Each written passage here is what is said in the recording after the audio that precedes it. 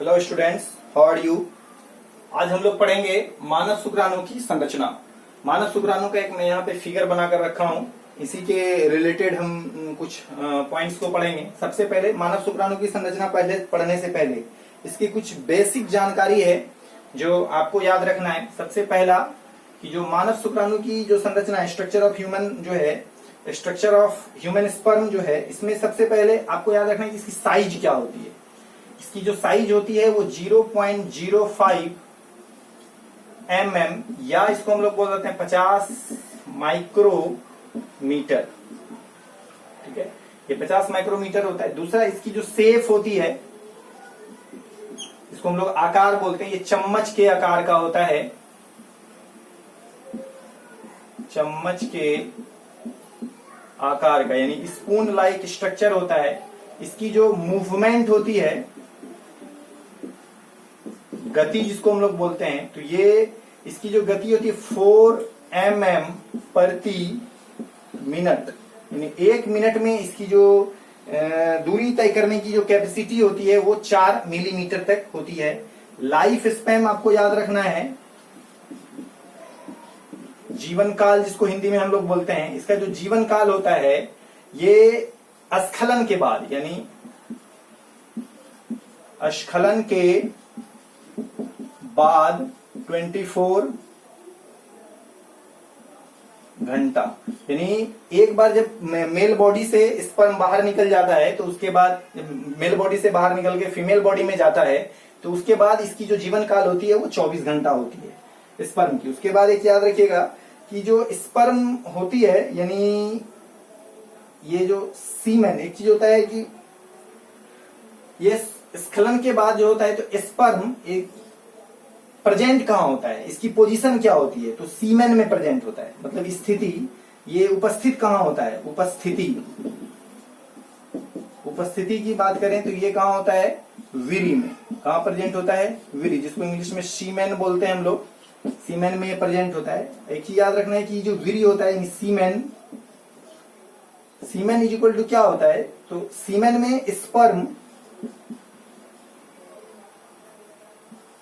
Plus seminal fluid present होते हैं, यानी स्पर्म और सेमिनल फ्लूइड मिलकर के वीरी यानी सीमेन बनाता है। तो जो स्पर्म होता है वो कहां प्रेजेंट होता है, तो वीरी में प्रेजेंट होता है। तो याद रखिएगा इसकी उपस्थिति होती है स्पर्म की, वो कहां होती है, वीरी में होती है। और वीरी में ये सेमिनल फ्लूइड में ये रहते हैं। जब बॉडी से बाहर निकलता है तो वीरी के साथ, मतलब सेमिनल फ्लूइड के साथ स्पर्म जो है वो फीमेल मादा जनन मार्ग के द्वारा फीमेल के बॉडी में निमादा में पहुंच जाता है। ये इसकी कुछ इंपॉर्टेंट। और एक चीज याद रखिएगा कि 200 से 300 मिलियन शुक्राणु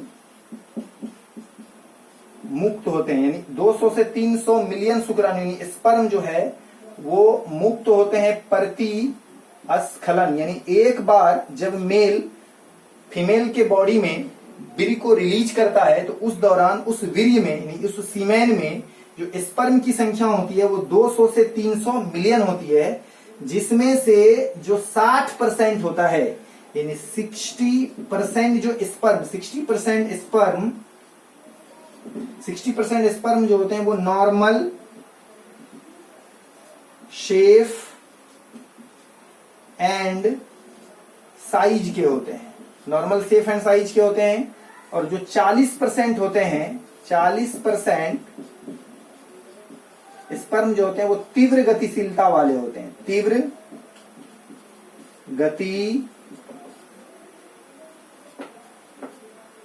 तीव्र गतिशीलता वाले ये होते हैं। ये अगर ऐसा नहीं होगा, 60% नॉर्मल शेप एंड साइज के नहीं होंगे और 40% अगर तीव्र गतिशीलता वाले नहीं होंगे तो निषेचन की प्रक्रिया नहीं हो पाएगी। ये आपको ध्यान में रखना है। उसके बाद हम लोग जब इसके स्ट्रक्चर पे चलेंगे तो आप इसका स्क्रीनशॉट ले लीजिए, फिर हम लोग आगे चलते हैं। हो गया होगा। उसके बाद अगर हम बात करें तो मानव शुक्राणु के जो भाग होते हैं, जो शुक्राणु है मानव का, इसके भाग, यानी मानव स्ट्रक्चर पे चल रहे हैं हम लोग, शुक्राणु के भाग, part of human structure. Part of human structures में याद रखिएगा 4 पार्ट्स होते हैं। सबसे पहला होता है हमारा हेड, मैंने यहाँ फिगर बना के रखा है। एक नंबर हेड है, दूसरा नेक है, तीसरा मिडिल पीस है और चौथा जो है हमारा वो टेल है। यानी सबसे पहले शीर्ष, ग्रीवा, मध्य भाग और पूंछ। तो सबसे पहले वाले पार्ट्स पे हम लोग चलते हैं, हेड पे। हेड जिसको हम लोग हिंदी में शीर्ष के नाम से भी जानते हैं। जो हेड है वो मुख्य रूप से 2 भागों से मिलकर बना होता है, एक न्यूक्लियस और दूसरा एक्रोसोम। ये जो हेड जो होता है इसमें सबसे पहले एक भाग है हमारा न्यूक्लियस, जिसको हिंदी में हम लोग केंद्रक बोलते हैं। ये जो न्यूक्लियस होता है और इसका काम क्या होता है, उसके बाद हम लोग ये जो न्यूक्लियस होता है, सबसे पहले एक चीज याद रखिएगा, इस न्यूक्लियस में होता क्या चीज है। तो इसके अंदर आनुवांशिक पदार्थ प्रेजेंट होता है, आनुवांशिक पदार्थ उपस्थित होता है, यानी जेनेटिक मटेरियल इसके अंदर प्रेजेंट होता है। अब जेनेटिक मटेरियल क्या है, तो डीएनए प्लस प्रोटीन इसके अंदर प्रेजेंट होता है न्यूक्लियस के अंदर। दूसरी पॉइंट आप याद रखेंगे कि ये कि अगुणित होते हैं। हम लोग जानते हैं कि पूरा का पूरा शुक्राणु क्या होते हैं, अगुणित यानी हैप्लॉइड होते हैं। और जब शुक्राणु अंडाणु से मिलते हैं, तो चूंकि शुक्राणु भी अगुणित है, अंडाणु भी अगुणित है, और जब दोनों आपस में फ्यूज करते हैं तो उसके फलस्वरूप द्विगुणित जायगोट का यानी युग्मनज का निर्माण होता है। तो ये आप याद रखेंगे न्यूक्लियस के बारे में। उसके बाद जो इसका आप स्क्रीनशॉट ले लीजिए। फिर हम लोग चलते हैं इसके दूसरे पार्ट्स पे, हेड के दूसरे पार्ट्स पे। इसका नाम क्या है, एक्रोसोम। तो अब चलते हैं हम लोग इसके दूसरे पार्ट्स के ऊपर। दूसरा पार्ट्स है हमारा बी नंबर, एक्रोसोम। हिंदी में इसको कहा जाता है अग्रपिंडक। ये जो अग्रपिंडक है ये शुक्राणु का सबसे शीर्ष भाग में पाया जाता है, और तो इसलिए इसको अग्रपिंडक भी कहा जाता है। और इसमें क्या होता है कि टोपी नुमा इसकी जो स्ट्रक्चर होती है, आप लिख देते हैं यह एक टोपी नुमा यानी कैप लाइक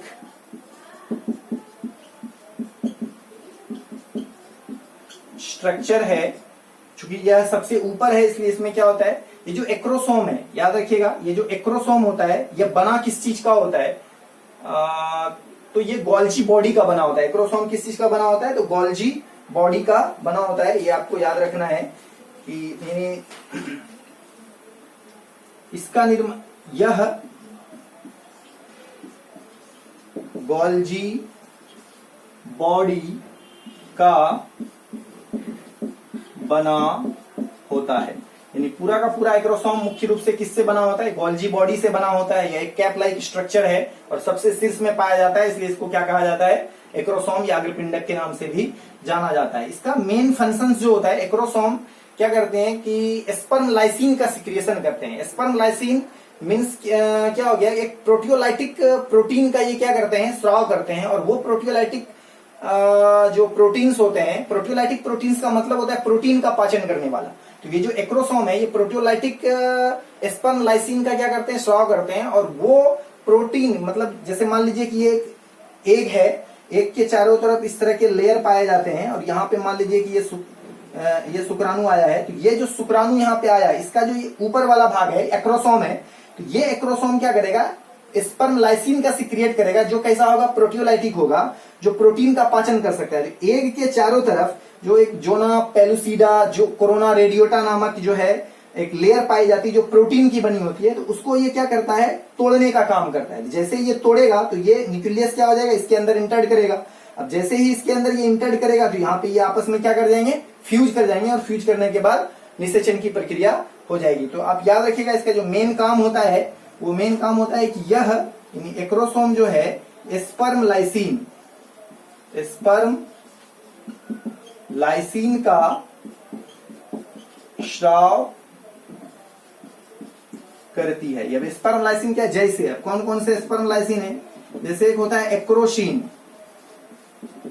एक होता है एक्रोशीन, एक होता है एक्रोशीन, और एक होता है हायल यूरो,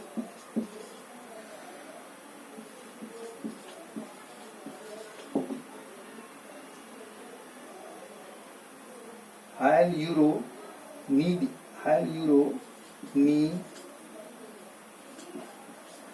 यूरोनीडिएज, एक्रोसिन और हायल यूरोनीडिएज, ये दोनों के दोनों प्रोटियोलाइटिक प्रोटीन्स होते हैं जो प्रोटीन को पाचन करने की क्षमता रखते हैं, और निषेचन के दौरान ये इस एक्रोसोम के द्वारा सिक्रिएट होते हैं, और अंडाणु का जो प्रोटीन लाइक कवर होता है जो जिससे अंडाणु सुरक्षित रहते हैं उसको ये तोड़ करके उसके अंदर इंटर कर जाते हैं और निषेचन की प्रक्रिया होती है। ये आप याद रखिएगा। तो आप यहाँ पे लिख देते हैं कि ये जो एक्रोसीन या हायल यूरोडीनिएज है, इसका काम क्या होता है। ये निषेचन के समय लिख देते हैं, ये निषेचन के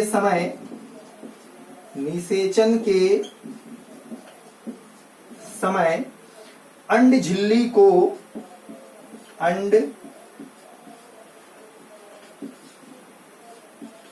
को तोड़ने का कार्य करता है। अंड झिल्ली को तोड़ने का कार्य करता है ताकि निषेचन की प्रक्रिया बहुत ही आसानी से हो सके। अगर ये ना हो तो स्पर्म जो है अंडाणु के अंदर इंटर्ड प्रवेश नहीं कर पाएगा। ये हो गया हमारा हेड वाला पार्ट था। उसके बाद हम लोग चलते हैं जो दूसरा नेक वाला पार्ट है, इसका आप स्क्रीनशॉट ले लीजिए, फिर हम लोग नेक वाले पार्ट में चलते हैं। तो चलिए हो गया जो स्पर्म का दूसरा पार्ट्स होता है उसका नाम है हमारा, जो दूसरा पार्ट्स है वो है नेक। इसको हम लोग ग्रीवा के नाम से भी जानते हैं। देखिए यहाँ से हेड खत्म हुआ और उसके बाद ग्रीवा शुरू हो जाता है।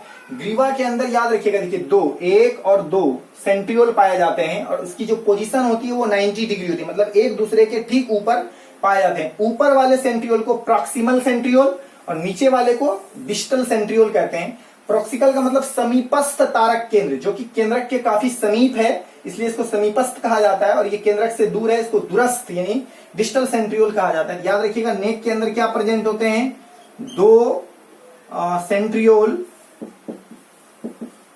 हिंदी में इसको तारक काय कहा जाता है। तो दो तारक काय पाए जाते हैं। इसकी जो पोजीशन होती है, दोनों तारक काय की पोजीशन वो 90 डिग्री, यानी दोनों तारक काय एक दूसरे पर 90 डिग्री के पोजीशन, एक दूसरे से 90 डिग्री के पोजीशन पर प्रेजेंट होते हैं। इसमें जो सबसे पहला ए नंबर जो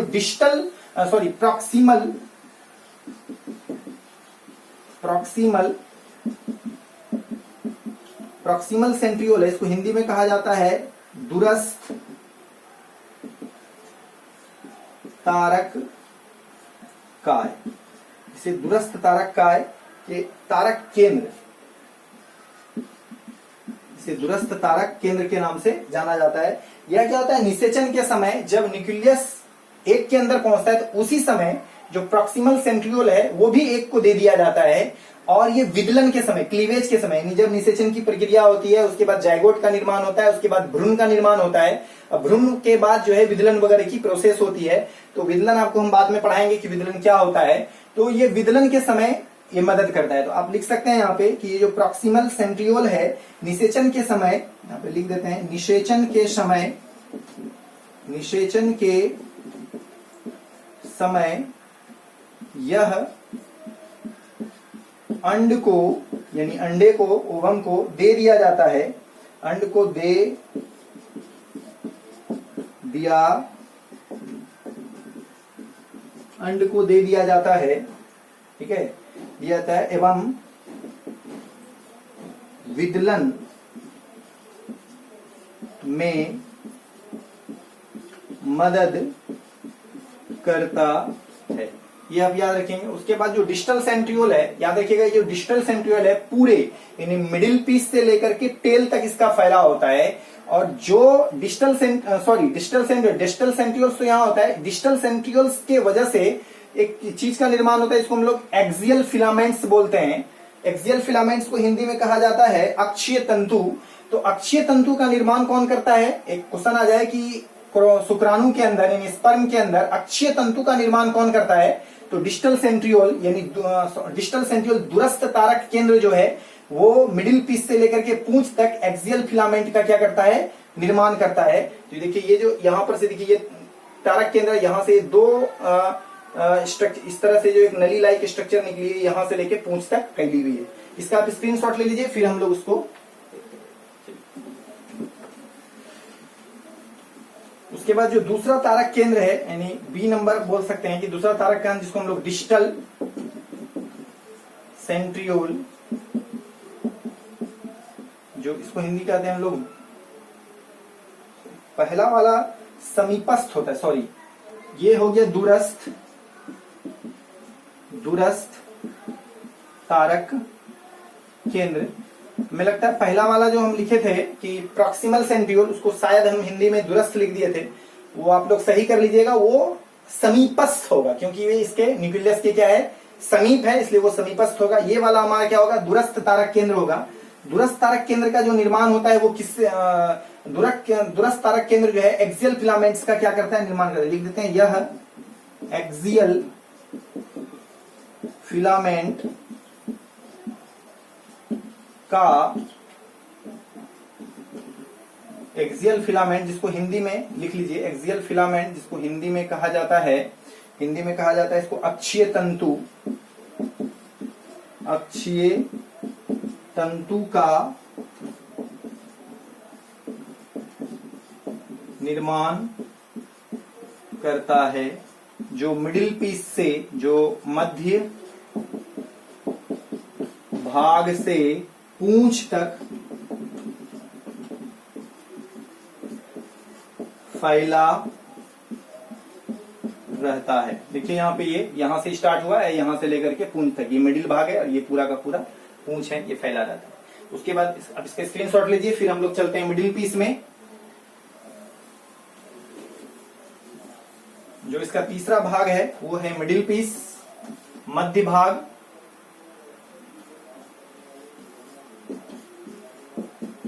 माइटोकॉन्ड्रिया का जो तीसरा भाग है वो मध्य भाग है, मिडिल पीस, ठीक है, लिख लीजिएगा, यहाँ लिखा हुआ है मिडिल पीस, मध्य भाग। अब देखिए ये जो मध्य भाग होता है इसमें मुख्य रूप से क्या होता है कि इसके, देखिए इसके चारों तरफ साइटोप्लाज्म,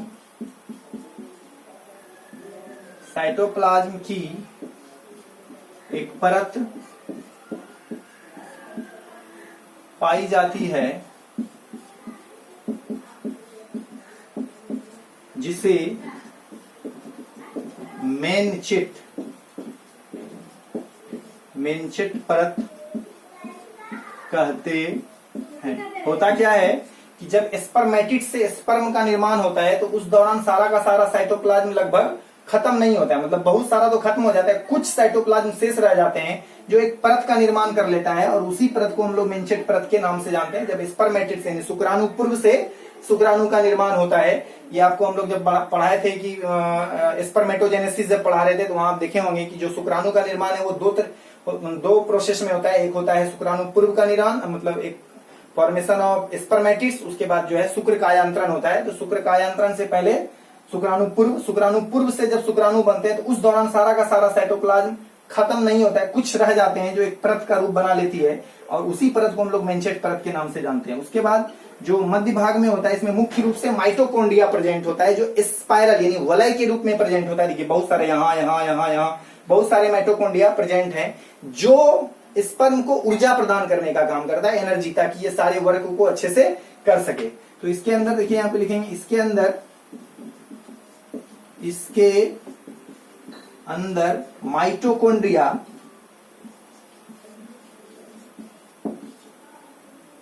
प्रेजेंट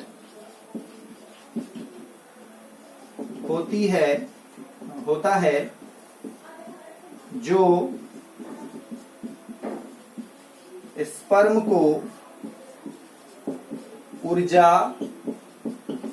प्रदान करता है, ठीक है। एनर्जी देने का काम जो होता है वो माइटोकॉन्ड्रिया का होता है। याद रखिएगा कि माइटोकॉन्ड्रिया इसके अंदर स्पर्म एक स्पाइरल फॉर्म के माइटोकॉन्ड्रिया स्पाइरल फॉर्म में पाया जाता है, डिस्कनुमा संरचना होता है और अनेक माइटोकॉन्ड्रिया इसके अंदर पाए जाते हैं। क्वेश्चन भी पूछा जाता है कि शुक्राणु के मध्य भाग में क्या प्रेजेंट होता है, तो शुक्राणु के मध्य भाग में मुख्य रूप से माइटोकॉन्ड्रिया प्रेजेंट होता है। वैसे तो आप कह सकते हैं कि एक्सियल फिलामेंट भी यहाँ प्रेजेंट है और ये पूंछ में भी होता है, मध्य भाग से पूंछ तक कर, लेकिन मुख्य रूप से क्या होता है, माइटोकॉन्ड्रिया प्रेजेंट होता है जो शुक्राणु को ऊर्जा देने का काम करते हैं।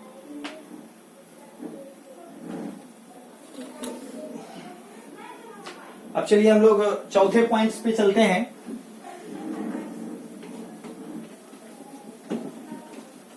इसका जो चौथा पार्ट्स होता है उसको हम लोग बोलते हैं पूंछ यानी टेल, तो हिंदी में कहा जाता है पूंछ। इसका सिर्फ काम होता है कि शुक्राणु को गति प्रदान करना। यह शुक्राणु को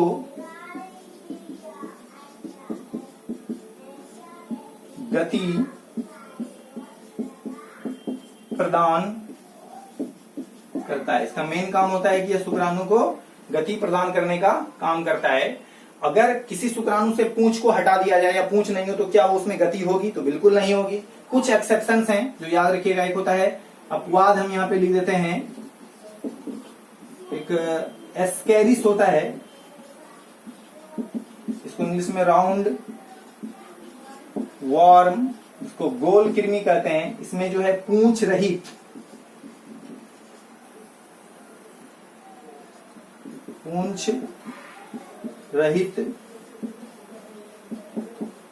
शुक्राणु होते हैं। इसके अंदर शुक्राणु होते हैं। Tailless sperm present in स्कैरिस।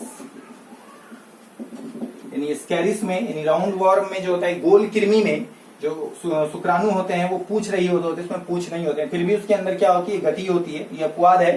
तो ये हमारा पूंछ का यानी एक स्ट्रक्चर था स्पर्म का। इसके चारों पार्ट्स को हम लोग देखें। ये फिगर आप लोग बना लीजिएगा। ये क्वेश्चन भी आता है कि मानव शुक्राणु की संरचना का वर्णन करें, तो इसमें फिगर को बनाना है और एक पॉइंट बाय पॉइंट लिख देना है कि हेड होते हैं, इसके 4 भाग होते हैं। एक हेड, दूसरा मिडिल नेक, तीसरा मिडिल पीस, चौथा टेल। हेड के बारे में आपको लिखा दी, उसको आप सेंटेंस में लिख लीजिएगा। ठीक है, तो चलिए अब आगे हम लोग चलते हैं। ये हमारा खत्म हो गया। एक क्वेश्चन पूछा जाता है इससे रिलेटेड कि जो मानव शुक्राणु होते हैं, जो शुक्राणु होते हैं, वो योग्यता अर्जन कहाँ प्राप्त करते हैं? ये क्वेश्चन आया भी है, इंपॉर्टेंट क्वेश्चन है कि जो मानव शुक्राणु योग्यता अर्जन कैपिशिएशन, इसको हिंदी में कहते हैं।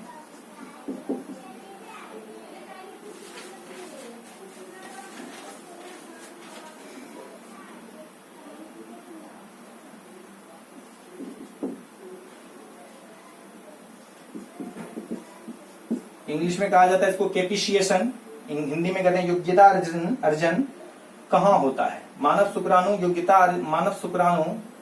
का योग्यता अर्जन कहाँ होता है? ये यहाँ पे का जोड़ लीजिएगा सेंटेंस। मानव शुक्राणु का योग्यता अर्जन कहाँ होता है? तो आंसर इसका सीधा सा है मादा जनन मार्ग में। ठीक है, यानी फीमेल जेनेटल